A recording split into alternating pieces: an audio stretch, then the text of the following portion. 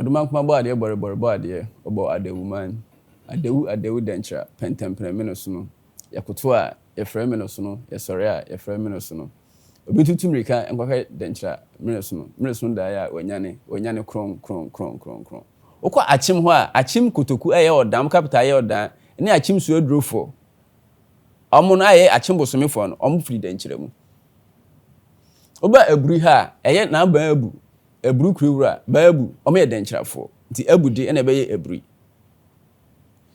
se okọ asantemema atwemafo no a omo ye about 70% of asantefo no eye denkyerafo okọ ahafo a kukuom Kenyans no ma among eho nyina no omo ye denkyerafo Tachima hensu a denkyerafo oba central regional sort ponfo a from achemfo no omo firi achim kutokum na kwa omo ye denkyerafo aguransa abafo nyina ye denkyerafo ti denkyera hene no ena betumi akomina bo se enuanom ye nyina ye nkrofo baako me ma de hye o ba bia se me ka se ma de hye nyina mbra fi a aman ye wo Ghana do na ebebo pacho wati ase ti hu hiampo se yekun se yekun apedien de na ye nyina ye pa yekun apre abe yo man baako nyina ye kan kasa baako de ebe na ye pre akọ.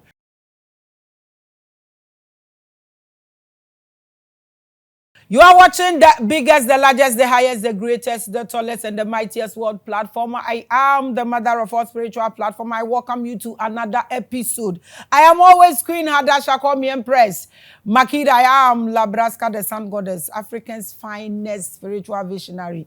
We are the greatest. I welcome you. Today is a great day because I have Nananti Amwa on my set. I am going to ask him so many questions. Na mi bisa no one of the greatest historians in Ghana to me because who bisa na sembia obeyi ano esoro ne ase and he is in line into no me did say the wakosua more aka ho nti me bisa no so many co-hands. I am always your annoying host me hu ehi chen you okrafo ba ho nana mo akwa ba kese pa ja queen hey ya fi wo mo fi me why ira okay anyways me mo akwa ba me did say busuafo no nso so afi nti fa kwanya nso na chia omo na o titles ni se bia beka ho nso am ye hu so de e bebisa questions yo we dem da say Empress me fa me din kan chia eye dencha trankonya nyina ma chia oman Ghana fo mpanyimfo nyina na ye hu se nyina ye nkrofo baako na ba bia no kreda de we den wo se odeto so if you say ye chechire oman na se yamfa no kra nto ba bia da ye kokoko ba kra na enkosi hwe se ye bopo a wo se sa po nkwe fa so bopo no fa sa kwan na so isane nti medawa sense revelation o mame akonya ise ye medi no kre enkomo e wa ha se dase yo ye mo akwaba kese pa ye ni susu eso me did say mu ina mo kai no he's been here before onye new. Now today we are going to discuss or talk about a gift from Denkyera to Akans. Purpose of Ojura Festival. These are very great topics I ever discussed, but I personally have a few questions for him before we start the main topic. No, Nana mami bisa o ensemfu amiense bi a eda makoma so. Ghana ha ahensem enkonwa nsem aye bebrebe but ne kan so ya ade a ne kan e kana ena wunya kwanya no so embisa the right people na omo kasa no so they are able to educate the public for us to know mami di kanka we na ekoso wo bebre nkrofo bebre ntumi nti ase it's about this Igbo king issue nkrofo yes recently omo che no say ampa dia me de because me kasa because social media would put so many salt into wounds into no you don't actually know ekuru a won sai ni ekuru a wunja man nan kura nte ne nipa ho nto no nti wo ka asem na ite say unhu ni yi ana unhu ni yi but dem pese mbisa ne say sesi ano ye omo che no na ade a edi ni nya sesi a ne say ose or establish kingdom na as say kingdom no emre bi wo kuro nim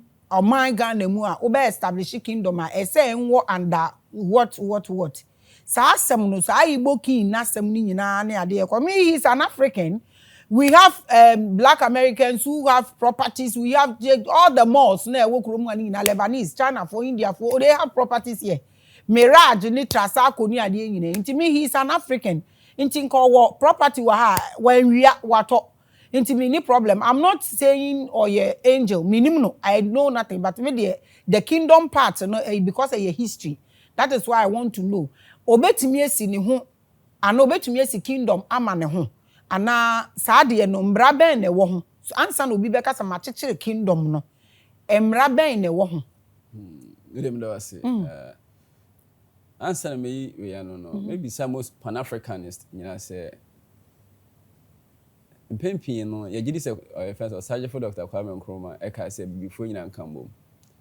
Sisi no, AFTC, African Free Continental Trade Agreement, you know. Emre ye na kire say me Ghana ha, betum de nneema ko Nigeria, abra e friend say mintu match duty. Na ECOWAS card no, se kurawa betumi akọ most friends ECOWAS countries, West African countries, you know, for some duration, 30 days.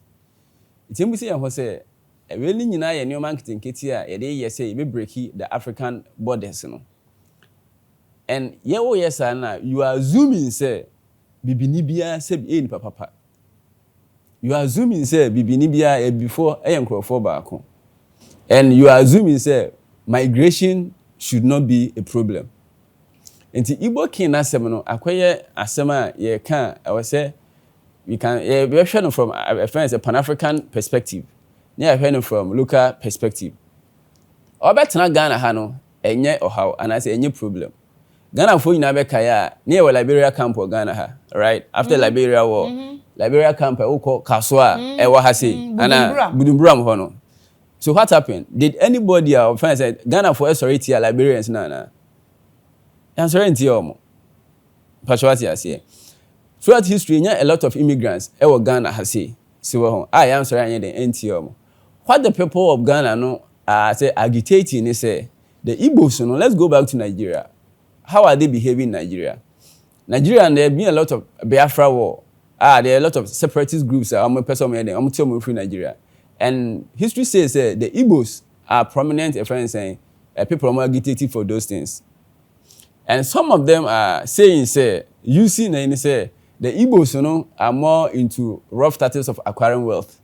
Into the man, Igbo king in Ghana, no, most people are agitating against him based on the history and the conduct, you know. Because now, no, if you look at it, I was watching a friend and Dr. Hassan Ayariga. He was saying, say, this Igbo king, you know, has brought a lot of women. But in Ghana, most of them, yes, two, bra. And Ghana also, you say, Yamra no, ekasetia 2 abrabo. Recently, Nigeria ni bi eku Ghana ni fie rebi. It excuse say, omo baako, oba fie nipa baako na eden, eba. Echu be hunu nipa be say eduonu eden, aba. So oba na say we fie ran for cancer ombeku dia, ene brebra ma amane anye den, ama.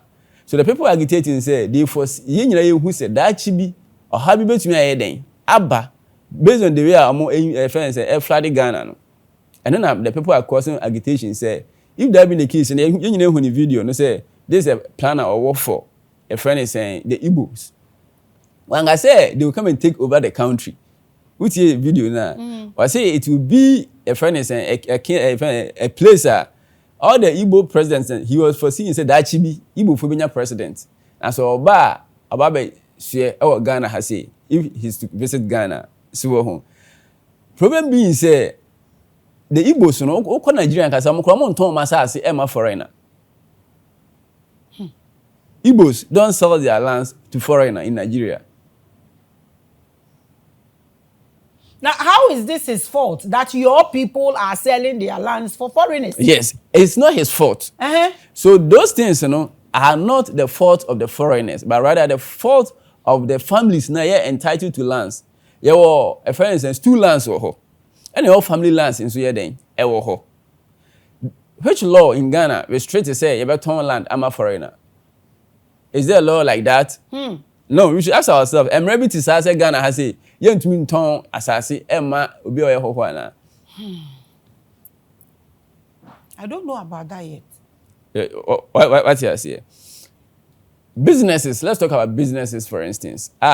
Businesses now are more no. Over the illegal aspect of business, they say two brands your laws no frown upon. So or your business illegal, the law does not frown upon that. Yemra no enka senti asa. Because I don't know why they are neighbors. What you say? And oma be ware ye nuamu ya ne omo awowo and all that. Nti won say nan say so ye ni omunya omo ankasa omo pam Ghana for pen efiri omo ho. Yes, 1983. Ena ekombre ni mu. Ena omo anso ne Ghana for ni nya serious issue wo Opera Square minim so obeka recently that one is not quite long ago.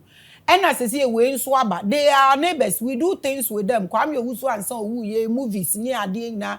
We were doing things together. Until I don't know where this tension is coming from. Until people say, "Come who the law aspect of it, you know." Say, it be a kingdom no or chichire no, and no the ye issue no, because that is what is actually bringing issues. The issue. And again, so ya TSC. Other people no almost to ye ebi mu kra ye hye omuniama ye tu ebi no mu ne ade. How can we address this issue? Like, to address the issue, no, you can say kingdom. Honestly, be kind of crack.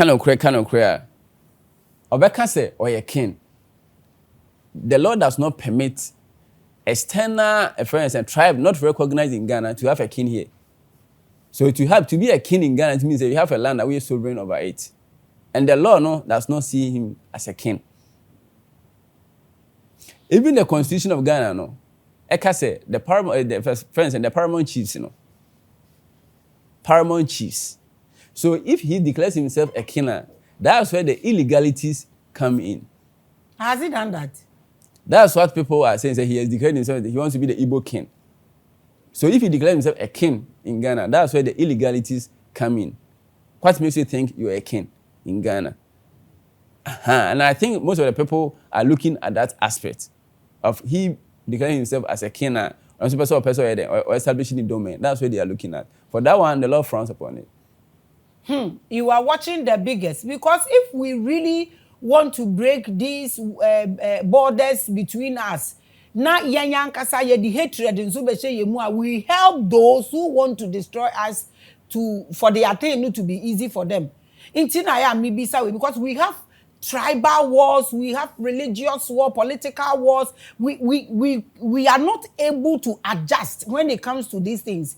Recently, I don't know if you want to touch base with this thing. Recently, we heard Domahene also having issues with, and Akoye to say Adiana Bay is so serious that in Kola Obi Obia, because I don't know much about these things, but minim Domahene to be a judge in Tema, maybe a Tema girl. And he was one of the greatest judge you can't actually be like on you. So good. I have witnessed me but I have witnessed a few people who have had issues. They did so well. He did so well for them. Inti no so no na I to say issue be between onone opimso na afi asam no aye basa na nkola obi edidi obi ateba ne sa na when we bring our leaders down menka so mo ye nyame, but when we bring them down now we go down with them. That is what we don't know. So that Domahene issue no so no, what is it about Portenya Ghana for anti communication? Na say me pese ye be bi mu akọ akire, but wo na from your own opinion, want to be who the ekosubia. But you being a historian now, will share the whole thing. Is there anything Domahene wants to communicate? But Nipa Ntiase, and now he's supposed to shut and all communicate. I know it's a difficult but your opinion is what I'm asking. Domahene incense sama and I say ne hawa wonyina ne say baby ade bi da na yam fantu. Ene Domahene ewo ensem wo. Anmo emfanto hom. Eye fiapre hene. Fiapre hene. Fiapre fo. Omo ye denchafo. Omo nye asantefo. Muntie ne ye. Se utu free baabi ekotena baabi a eno nkyere se wo source no aye den ayera. Emra me ye emfanto ho. Emra asante ne ka bo fiapre ma hene no. O kan say Domahene ka say fear prefo enya asantefo omo free denchra prof kra no aye fear pre hene eya we say o kan ba be che say ye denchirafo aye free dukwa ne be trans ne twam ye den ekoye pacho what ya say ti Domahene ni so ne nso ma kan bi o person o kire say woni ho kwan say adihie bi o mo free baabi no wo onye o mo so tumi so be bo ne ma hene Pachawati ase. Nanso the way I chichira say no hwe doman he de o kana eno so ye den ewom. Ana santen so be kire wo say na santeman ne de wa person do ho badwon bia obetumi aba be ye den abadwon ni. Pacho what ase. Why any open? Why any open? Ba ne kura mu ne de doman he ka say omonya asantefo e ne kura so o me denchirafo. Se wo ho. Etinka obi kura be bo ne man hene wo bunu man mu a awase denchira hene e na be ye den abebo ne man hene. Na denchira hene kura ba bebo kura na obebisa say asase na e ma de hye afirepirefo ne tiso no hwan na de ye den e ma wo mo omo de wo mo ho ananya bia omo hye obi ase mpacho wo hu to wo hwe sa no nyina ansa na wo ayibiu na so be ya waye den waye to ne ha nyina ne say baby ade bi eda no e wo say ye de ye den ye de to so see wo hu this all these things no say you lose sa history we are a bigger problem for us sir. Because so wunimu history, you will never know where you are coming from, and you will forever be a slave. Sir. So wunimu unchia. But I have come to realize that all these histories, you know, the other day I went to Togo. Okay. Na me kocha episode B honomo, and I was told say konfanoche every noche, and I think it was on way. And niye ina say konfanoche nsufi ewukuga. Recently, so there is a historian now on also so start to say.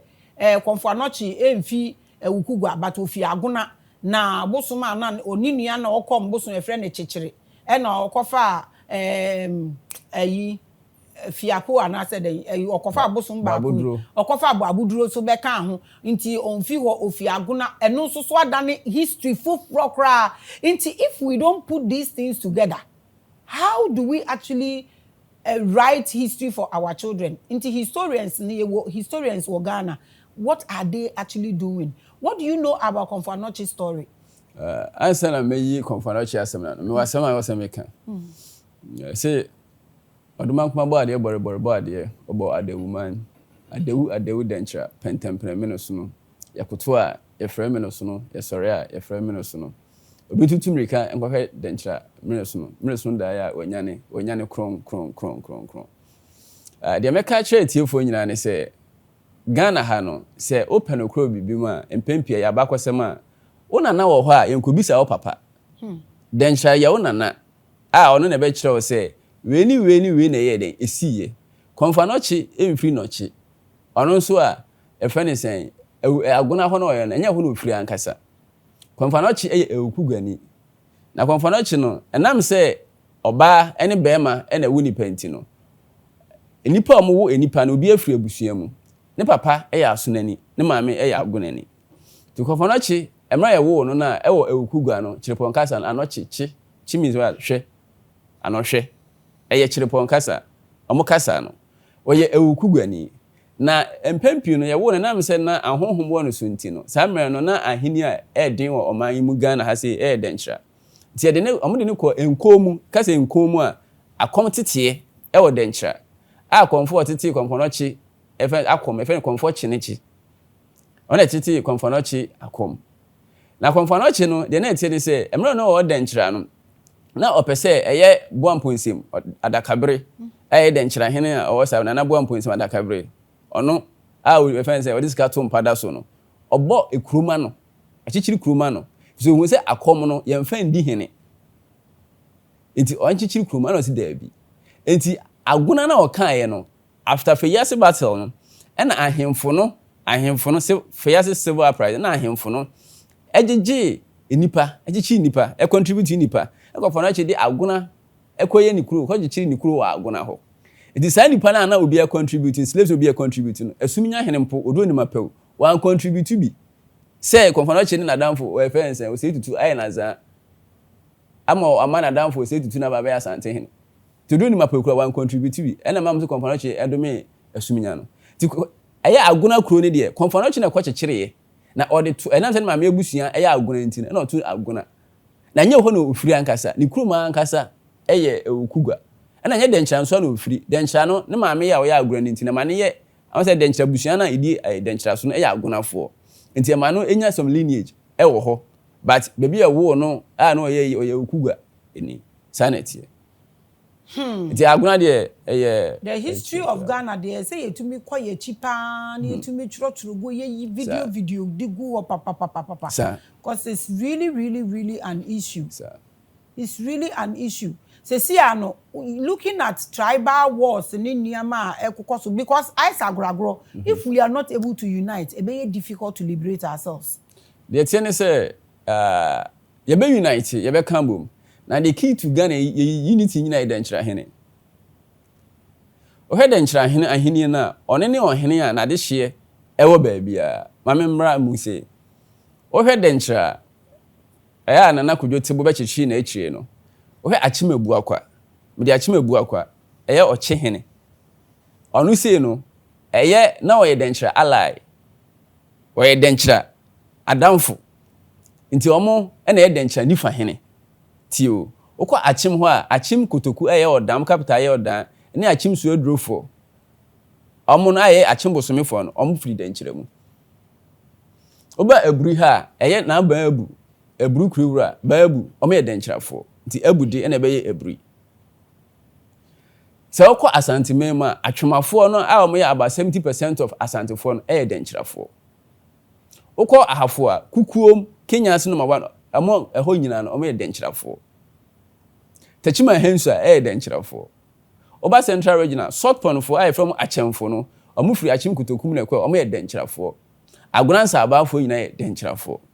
Ti denchira hene no na betumi akomi na bo se anuanom ye nyina ye nkrofo baako me ma de hye o ba bia se me ka se ma de hye nyina mbra fi a aman ye wo Ghana do na ebebo pacho wati ase ti hu hiampo se yeko se yeko apedien de na ye nyina ye pa yeko apre ya be o man baako ye nyina ye kankasa baako de be na ye pre akọ se o de hye no mpo se me fa ne se denchira hene ka se fi epre hene ne de hye Mekan we atwa no. Unim se atwakosifo nyina denchirafo, chireponefo.